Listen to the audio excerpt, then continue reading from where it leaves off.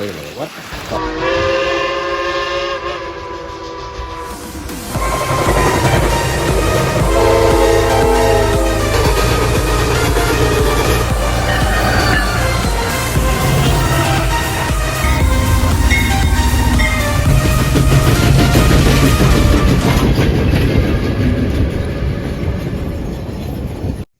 So what's up guys, GP30 Farmer here, and we're back with another model train review. I haven't done one of these in a while, but recently I got an engine for my birthday that I have wanted for years. So let's bring her in. Ladies and gentlemen, please welcome the one, the only, Tornado. So I got this engine for my birthday thanks to my amazing parents. Seriously, thank you, Mom and Dad. Y'all are the best.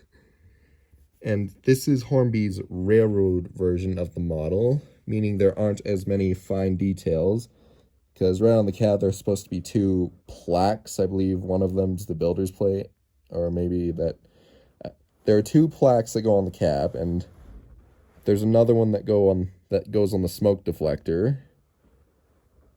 So, yeah, you don't really get those, but this is a railroad model. This is supposed to be a cheap model for those who are just getting started in the hobby. So, let's take a look at the details on this model. Now, if we look at the handrails, they are separately fitted, and so are but these pipes right here are molded into the model. Like, I couldn't tell for a second because of how well these were molded in. Now, so along here we've got what I believe are the boiler washout plugs. Correct me if I'm wrong. And along here we've got what I also believe is the mechanical lubricator. Also, again, correct me if I'm wrong. And moving down the engine, we've got... What the hell, is that a dog toy in there? Yeah, moving down the engine, we've got the smoke deflectors with molded handrails. Again, I couldn't tell if these were separately fitted or not for a second. And we've also got a painted-on nameplate. And for what this is actually really well painted, so props to Hornby on that one. Yeah, and on the front, we've got, like, the smoke box door, and the smoke box door is molded in, but again, it's, like, really well molded in. It's where you like can't even tell unless you look really close. And up here we've got these spots where the lamp irons would go, but they didn't come with the model, so that's a shame, but I'm not really too mad about it.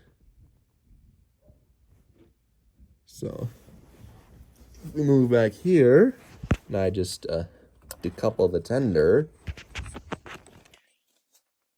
And I flip my phone around, we can see that there is a little bit of molded in backhead detail, which is always cool to see. I might try painting this later on when I get like actually confident with my modeling skills, but that's a project for another day. Anyway, if we back the tender on, we can see that we have a very finely molded coal load, but the one thing that does kind of annoy me is that it's the same color as the rest of the top of the tender. Like, y'all couldn't have painted it a different color, like a different shade of black. Anyway, like, and on the top of the tender, we've also got the water filler hatch, a vent, I believe, of some kind. If y'all can tell me what this is, that'd be great. I've also got this really cool, like, textured effects, which I believe might be for, like, walking on top of the tender. Like you'd have this sort of thing to, like, keep traction on top of the tender or something like that. I don't know, correct me if I'm wrong. This might just be for looks. And on the back of the tender, we have these chunky molded in lamp irons, or yeah, we've got what I believe are these molded in lamp irons and molded in tail lamps. I might paint these again separately later on. And we've also got molded in handrails that, like again, like from a distance, this looks fine. Then you'll come close and you see all the molded in detail. I mean, my parents only paid like $70 for this, so we got what we paid for pretty much. And we've also got the NEM coupling up here. And one thing I've noticed is that both of the couplings on this model are missing their hooks, which that doesn't really bother me too much considering I only run American rolling stock, and I can just like loop the couplers through the hook. Oh yeah, and we've also got a separately fitted reversing rod. I can't tell if that's metal or not. I'm pretty sure it's just painted plastic, but they did a really good job. Oh yeah, and we've got the actually metal safety valves and a little plastic whistle. So yeah, that's actually all the details on this model. Like, I got them all. Now, I don't really have too many big gripes with the detail on this model. Besides, this is a railroad model after all. It's not meant to be like the super high detailed rivet counter models that Hornby are like producing these days. Still, we got what we paid for, and I'm so glad that I finally have Tornado in the collection either way. Now let's move on to the performance of this engine. Oh yeah, and before we move on to the performance section, I just want to say, like, if you get this model, be very careful with the smoke deflectors because they are really, really flimsy.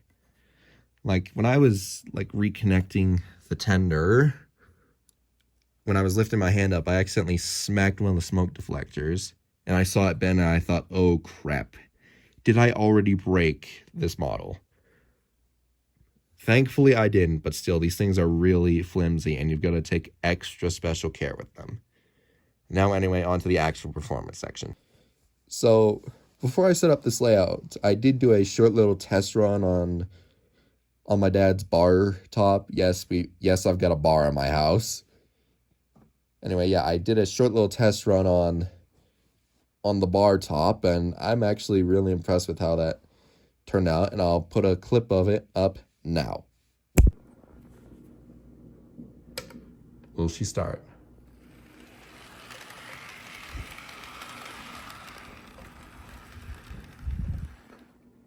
That is impressive.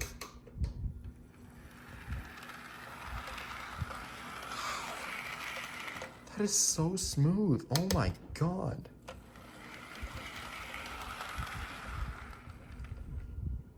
So anyway, now going on to the performance of this thing, like as you saw in that video, it is absolutely silky smooth. This is one of the smoothest runners I have ever had. It's not as good as my Stuart Hobbies F9. I really still need to put out that video about it. Yeah, it's not as good as my Stuart Hobbies F9. It does jerk forward upon starting. I'll probably have to run it in. So, yeah, the performance of this thing is pretty good, and I might also lubricate it too, which is going to be fairly easy because the base keeper plate is thankfully screwed on. I've had so many engines that I just cannot lubricate because their base plates are literally just clipped on, and every time I try to remove them, I end up breaking a clip. And on one of my engines, an Athearn F7B, the base plate literally just split in half. So, yeah. I'm not a big fan of engines that have clipped base plates. And I'm not trying to be a Samstrings copy here by saying that. I really do not like engines with clipped base plates.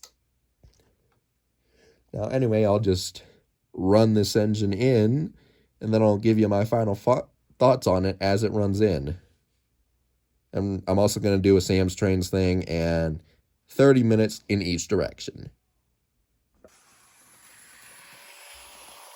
Now, this is only 50% speed, and it is flying along. I haven't actually done a full 100% speed test. So, right now, we're going to do it. Okay, she is at full throttle. Oh my god, she's flying.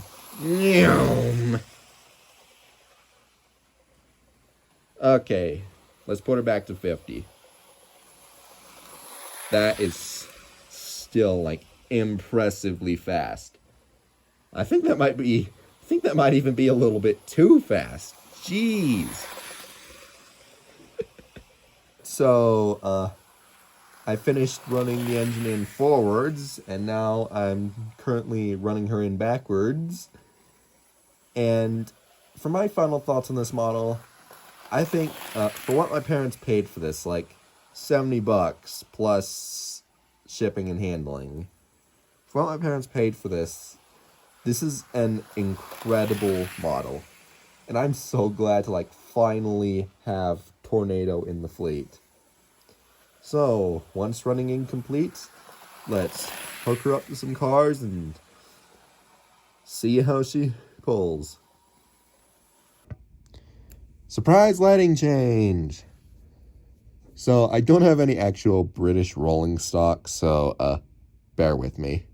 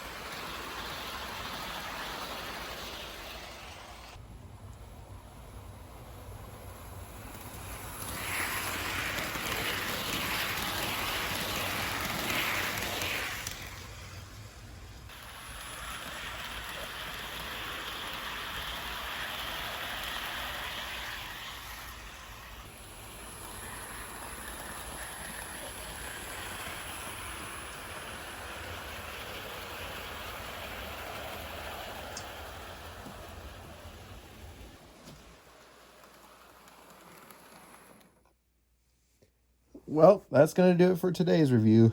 Thank you guys so much for watching and have an amazing rest of your day. Okay, bye.